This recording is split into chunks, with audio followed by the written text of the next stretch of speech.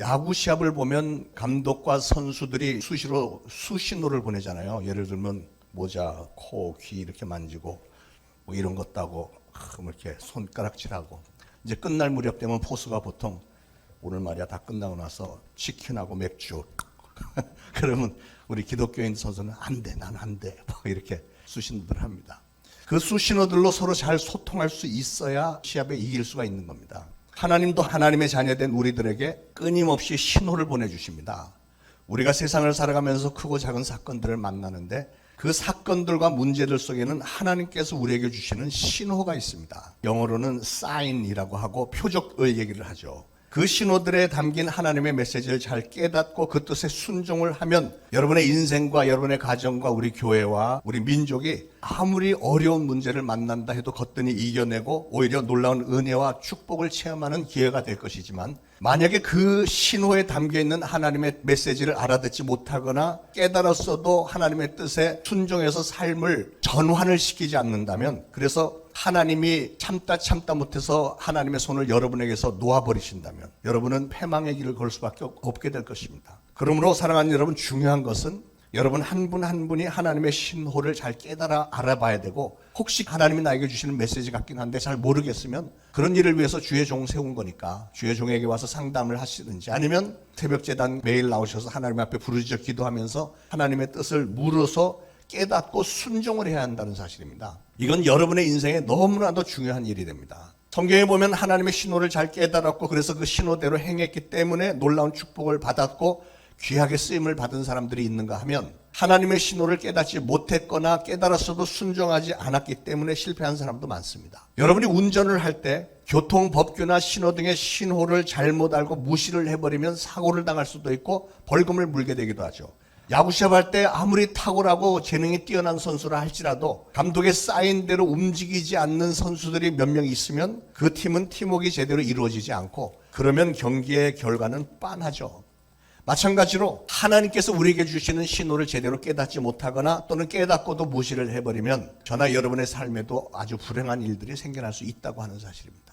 성경에 하나님께서 주시는 신호를 잘 읽은 사람 중에 엘리야 선지자가 있습니다. 엘리야 선지자는 3년 6개월이나 비가 오지 않은 그 땅에 비가 오게 해달라고 갈멜산 위에 올라가서 하나님 앞에 부르짖어 기도했습니다.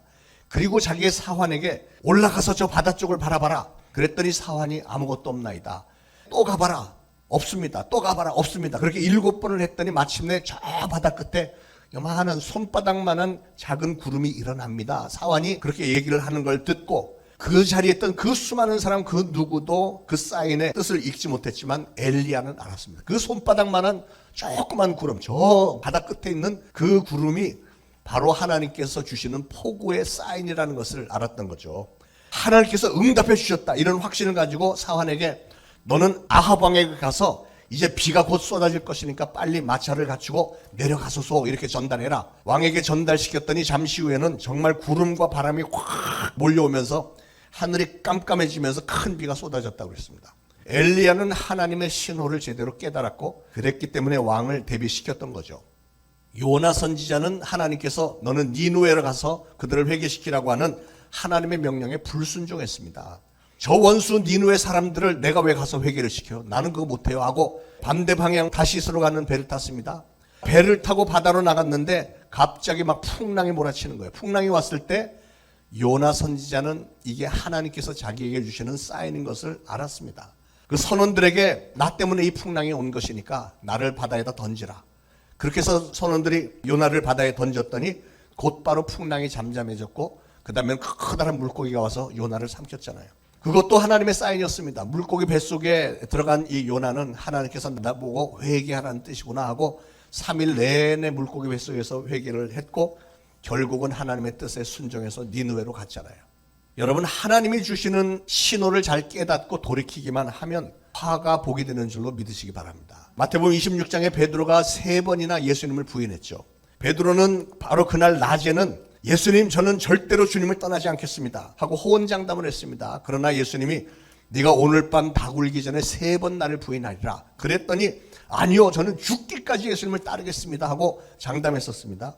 그랬지만 막상 그날 밤에 예수님이 붙잡혀서 끌려가서 신문을 당하고 할 때 거기를 뒤따라갔다가 거기 있는 사람들이 베드로를 보고 이 사람도 한패다. 그랬더니 얘가 무슨 말을 하는 거야. 나 몰라. 저 사람 모르는 사람이야.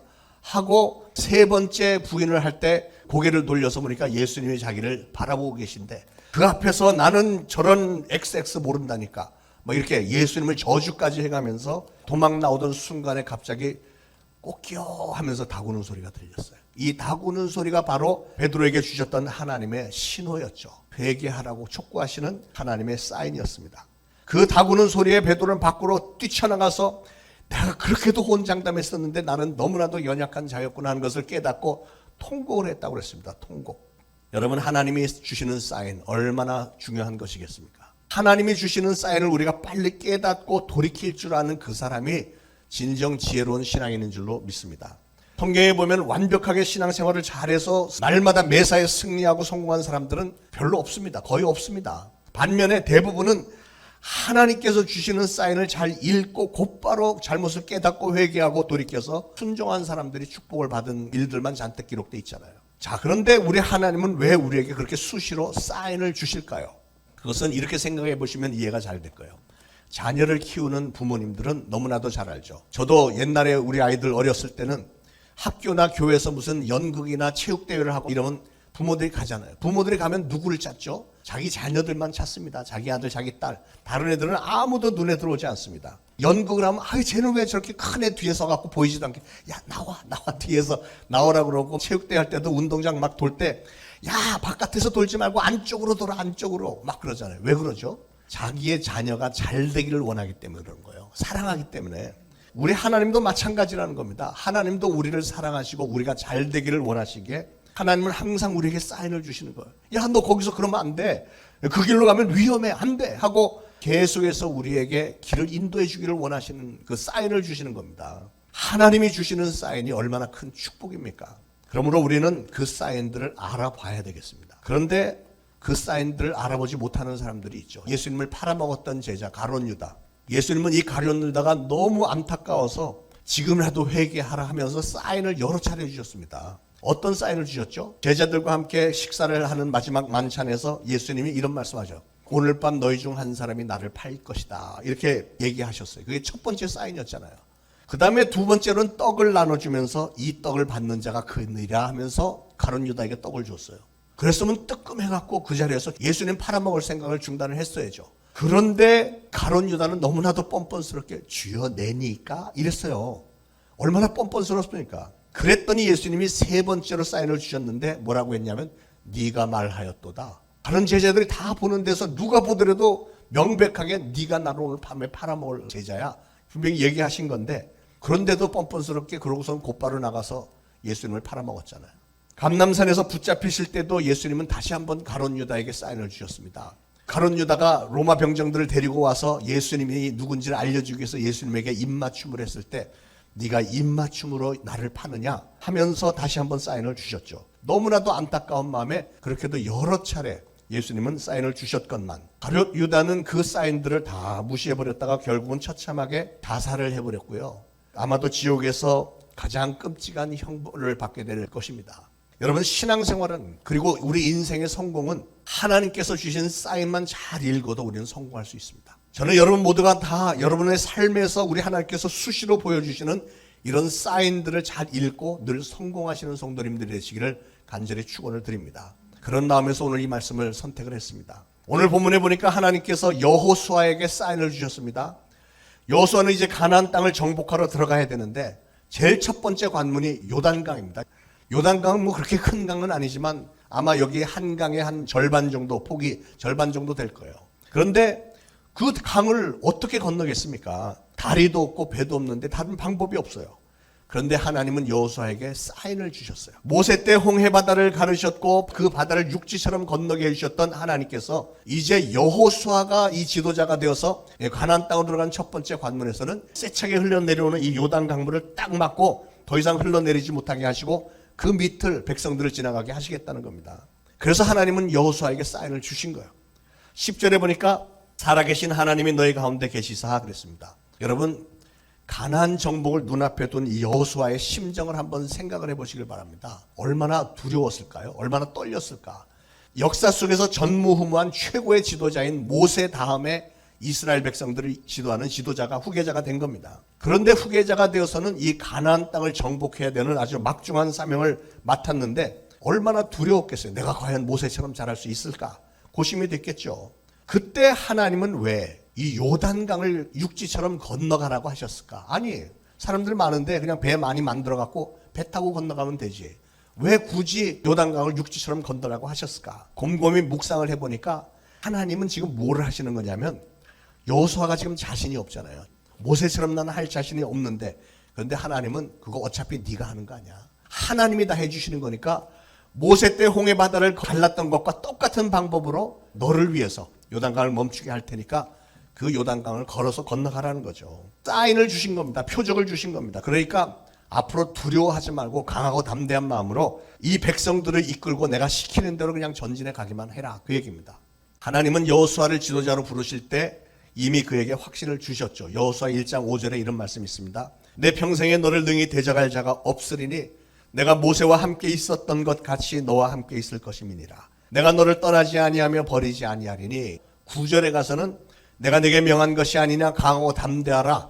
두려워하며 놀라지 말라. 내가 어디로 가든지 내 하나님 여호와가 너와 항상 함께 하시느니라. 이렇게 약속을 하셨습니다. 바로 이 구절 때문에 제가 주의 종이 됐고 이름도 저도 여호수아로 바꿨습니다. 바로 이 말씀 때문에 그 옛날에 여호수아는 민족을 이끄는 지도자라고 하는 직책을 잘 감당할 수 있었고, 그래서 여호수아가 보면 두려움이 없었어요. 그러니까 그뿐만 아니라 오늘 본문 여호수아 3장 10절에 보니까 살아계신 하나님이 너희 가운데 계시사 모든 가나안 족속, 그 족속 이름을 쭉 나열을 했는데 그 족속들을 모두 다 이 가나안 땅에서 쫓아내 주실 줄을 이것으로서 너희가 알리라. 이렇게 말씀하셨어요. 여기서 이것이라는 건 뭐냐면 하나님이 요단강을 딱 멈추게 해주시는 이걸 보고, 그래서 백성들이 그렇게 세차게 흐르던 요단강을 걸어서 건너간 이것을 보고서라도 너희는 확신을 가지라는 것이죠. 가나안 땅에는 거대한 체구를 가지고 많은 족속들이 견고한 진을 치고 철병거와 견고한 성벽으로 완전 무장을 하고 있었는데 그게 아무 상관이 없다는 거예요. 오늘 이렇게 세차게 흘러내리는 이 요단강을 하나님께서 멈추게 해주실 텐데 이것만 보더라도 내가 가나안 땅을 너희들의 손에 붙여줄 것이다 하는 사인으로 알고 확신을 가지라는 얘기였어요. 여러분, 우리의 신앙생활을 돌아보면 우리의 삶 가운데 하나님은 크고 작은 간증거리들을 많이 주셨습니다. 저 자신도 물론 간증거리가 많지만 여러분 한 분 한 분도 삶을 돌아보면 하나님께서 여러분의 인생에 개입하셔서 여러 차례 기적적으로 위기에서 건져주셨고 불가능해 보였던 일들을 가능하게 만들어주셨다는 간증들 참 많잖아요. 그런데 그런 일들을 하나님께서 해주시는 이유가 뭘까요? 그것은 하나님께서는 내가 너를 이만큼 사랑한다. 그러니까 두려워하지 말고 놀라지 말라. 나만 의지해라. 너의 앞날을 내가 다 책임져 주겠다. 그 얘기잖아요. 하나님은 한 번 자녀로 삼으신 사람은 끝까지 책임져 주시는 줄 믿으시기 바랍니다. 하나님이 사인을 받고 요단강을 건넜던 여호수아를 한번 생각을 해보세요. 얼마나 자신감이 생겼겠습니까? 그랬으니까 건너자마자 그 난공불락의 여리고성을 무너뜨리잖아요. 무기도 하나도 안 가진 이스라엘 백성들이 그냥 빙빙 몇 바퀴 며칠 도르니까 그냥 무너져 내리지 않습니까? 얼마나 감격했겠으며 얼마나 큰 확신을 얻었겠습니까? 사랑하는 여러분, 저는 오늘 이 말씀을 통해서 하나님께서 우리에게도 주시는 사인들, 신호들에는 어떤 것들이 있는지 잘 파악을 하고 앞으로는 그 어떠한 환경 가운데서도 여호수아처럼 하나님께서 우리를 위해 예비해 두신 저 가나안 땅을 정복해내는 위대한 신앙의 용사들이 다 되시기를 축원을 드립니다. 여러분, 하나님께서 우리에게 신호를 주시는 방법에는 몇 가지가 있습니다. 이렇게 구분을 해보면 첫 번째로는 하나님께서 말씀을 통해서 우리에게 신호를 주실 때가 있어요. 여러분이 오늘 이렇게 주일날 와서 설교 말씀을 들을 때 성경 본문하고 이렇게 설교를 할 때 여러분들 중에는 내가 오늘 아침에 교회 오기 전에 읽어봤던 성경 말씀인데 야 신기하다 이럴 때가 종종 있지 않나요? 저도 오늘 그걸 경험했어요. 제가 오늘 말씀 준비하고 이제 아침 식사를 하면서 다른 교회 목사님은 어떻게 설교하나 딱 하니까 사랑의 교회 오정현 목사 나오더라고요. 설교를 하는데 제가 아까 얘기했던 그 요나 얘기를 하는 거예요. 정말 신기하지 않아요? 그리고 내용도 요나에게 주신 그 표적에 대한 요나가 그걸 막 깨닫고 막 느끼는 걸 똑같은 얘기를 하는 거예요. 아니 성경의 그 많은 구절 그 많은 내용들 가운데 하필이면 또 같은 날 그런 설교를 선택을 합니까? 정말 신기한데 이건 우연이 아니고 우리 하나님께서 저와 여러분에게 오늘 특별히 이 말씀을 주시기를 원한다는 증거입니다. 이게 신호입니다. 두 번째로는 좀 조심스럽긴 하지만 여러분의 꿈이나 환상을 반복해서 보여주실 때, 그럴 때 깨닫게 해주실 때도 있고요. 세 번째로는 여러분이 세상을 살면서 어떤 사건을 만났을 때 사건들이 여러분에게 신호가 되는 경우가 참 많습니다. 이런 신호들을 통해서 공통적으로 우리 하나님이 우리에게 하시고자 하는 말씀은 회개하라. 지금 네가 가는 길 잘못됐으니까 빨리 돌이켜라. 내게로 돌아오라. 순종해라. 이전에 서원했던 것들을, 하나님 앞에 약속했던 것들을 갚아라. 이런 말씀들을 주시는 겁니다. 하나님께서 주시는 신호들을 우리는 어떻게 하면 알아볼 수 있을까요? 이게 하나님이 나에게 주시는 건지 아니면 마귀가 장난치는 건지 우리가 어떻게 알 수 있을까? 하나님께서 우리에게 주시는 신호를 알기 위해서는 첫째로는 어떤 사건을 만날 때마다 우리는 그 사건을 묵상을 해봐야 돼요. 생각을 해봐야 됩니다. 나에게 왜 이런 일이 생겼을까? 이런 일을 통해서 하나님은 나에게 무슨 말씀을 해주기를 원하실까? 이런 생각을 하고 파악을 해야 됩니다. 왜냐하면 여러분, 예수님이 뭐라고 하셨어요? 공중의 새 한 마리도 하나님의 뜻이 아니면 떨어지지 않는다고 그랬습니다. 공중의 새 한 마리가 떨어지는 것도 하나님의 계획 가운데 되어지는 일이라면 우리 인간의 삶에 벌어지는 이런 크고 작은 사건들이 우연히 벌어지는 일은 없습니다. 하나님의 어떤 의도가 들어있는 거죠. 그래서 그 사건들을 잘 묵상을 하고 분별해서 보면 그 사건들 속에는 반드시 하나님께서 나에게 주시고자 하는 그 메시지가 들어있는 거예요. 하나님은 여호수아에게 왜 요단강을 걸어서 건너라고 말씀을 하셨을까? 그것도 요단강이 계절에 따라서 어떤 때는 수면이 낮아져 갖고 찰랑찰랑해서 그냥 걸어서 건널 수 있는 때도 있는데, 그런 때를 선택하지 않고 왜 하필이면 1년 중에서 가장 물이 많이 범람해서 넘쳐나던 시기를 선택을 해서 그 요단강을 막아줄 테니까 건너라고 하셨을까?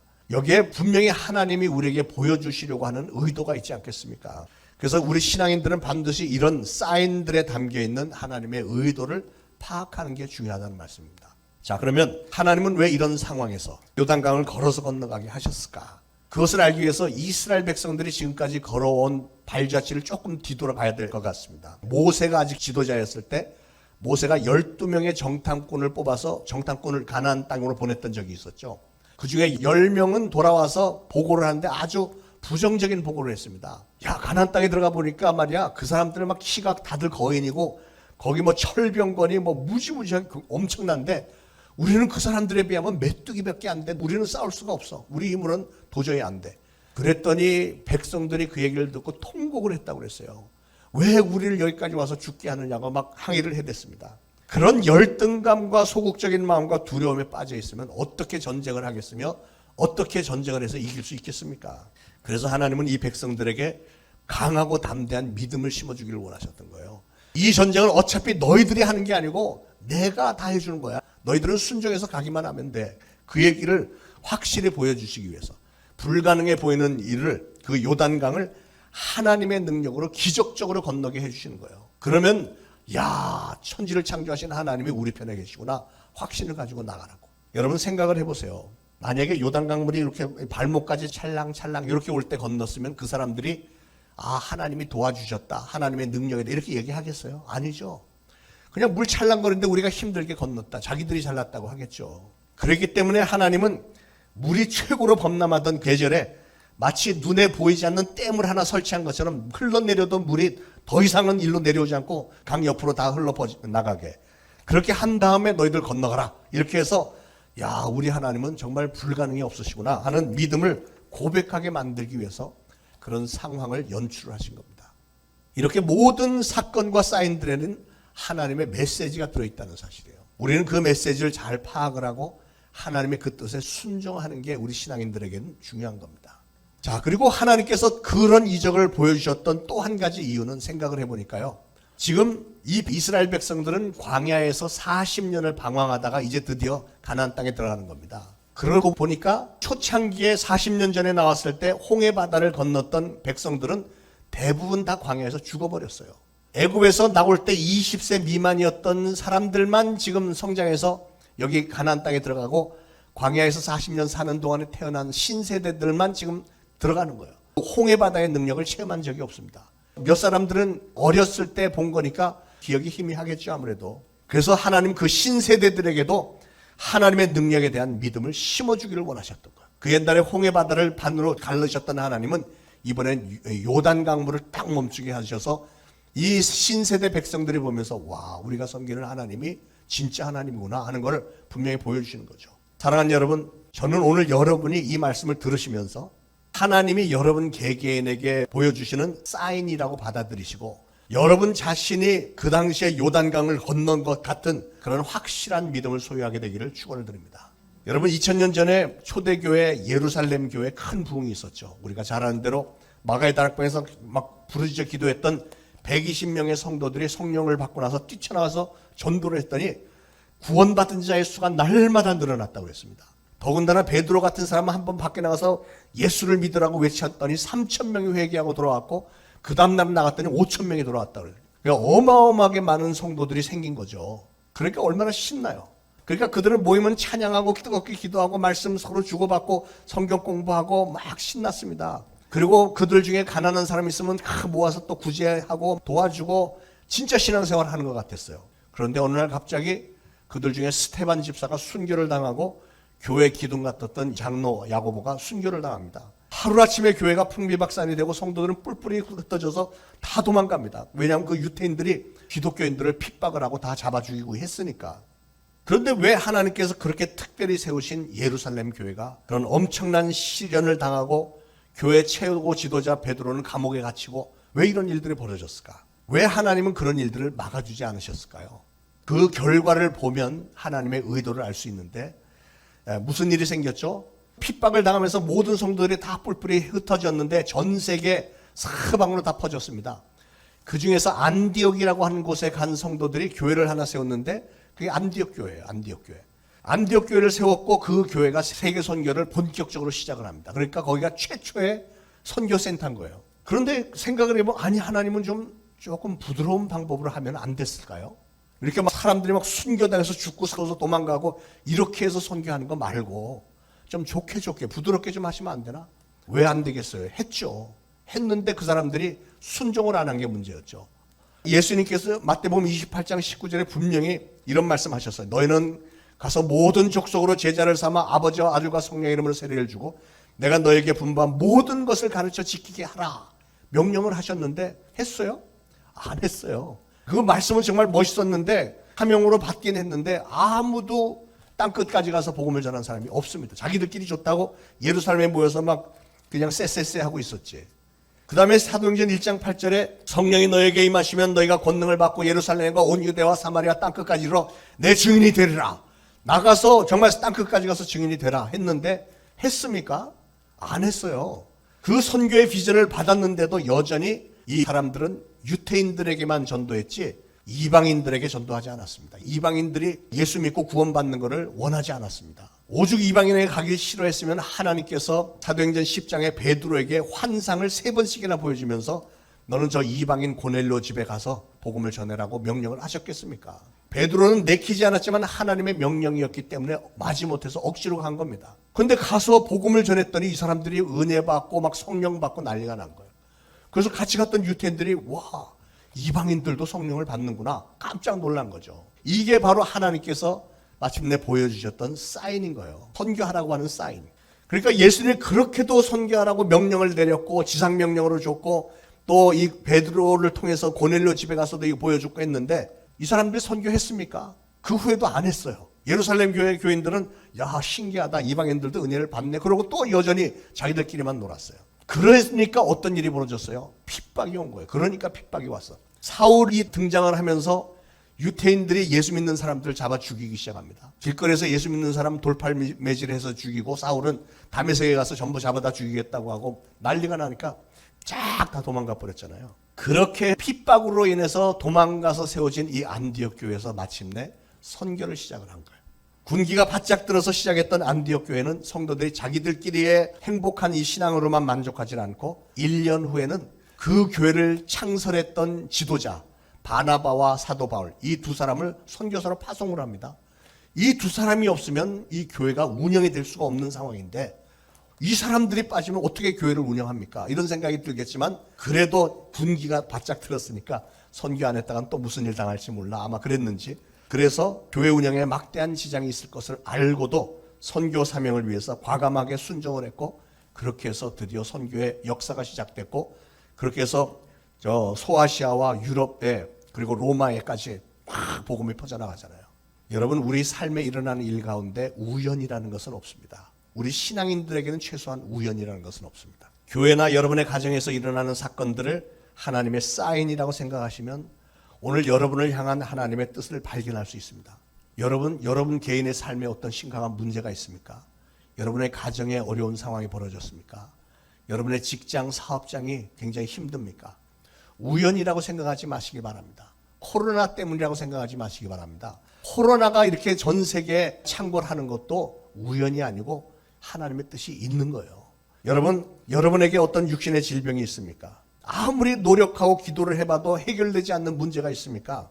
이런 문제들 가운데 그런 현상들, 그런 무서운 힘든 일만 바라보면서 한탄만 하지 마시고 그 사건과 문제에 담겨있는 하나님의 의도를 한번 좀 묵상을 해보시길 바랍니다. 하나님이 나에게 어떤 사인을 주시는 것일까?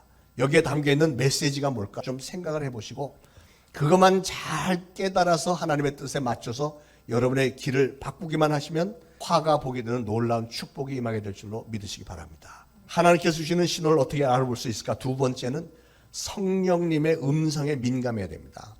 여호수아는 하나님의 음성에 민감했습니다. 지도자가 돼서 백성들을 인도를 해야 되는데 하나님께서 요단강을 이렇게 건너라, 또 가서 여리고성을 이렇게 무너뜨려라, 또 가나안 정복에 들어갈 때 그때마다 하나님께서 주시는 사인들을 잘 이해를 했고 순종을 했기 때문에 마침내는 가나안 땅을 점령할 수 있었죠.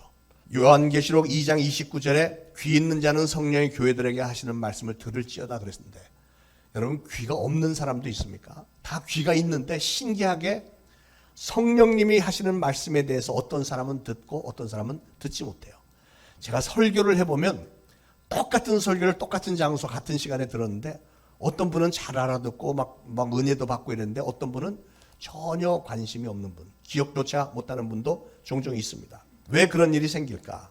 그것은 영의 귀가 막혀있기 때문에 그런 거예요. 저는 오늘 여러분들의 심령이 정결하여지고 성령 충만함을 받고 영의 눈이 열리고 영의 귀가 열리고 해서 하나님이 말씀을 통해서 주시는 이 사인들을 전부 받아들이시기를 축원을 드립니다. 하나님의 음성에 민감해지기만 하면 하나님이 주시는 사인을 순간순간 알아챌 수 있고요. 그런 사람이 진정한 의미에서 인생에 성공할 수 있는 것입니다. 엘리 제사장에게는 하나님의 음성이 들리지 않았습니다. 그런데 같은 성전에 있었던 어린 사무엘에게는 하나님의 음성이 들렸잖아요. 저나 여러분은 모두가 다 사무엘처럼 하나님의 음성에 민감한 성도님들 되시기를 축원합니다.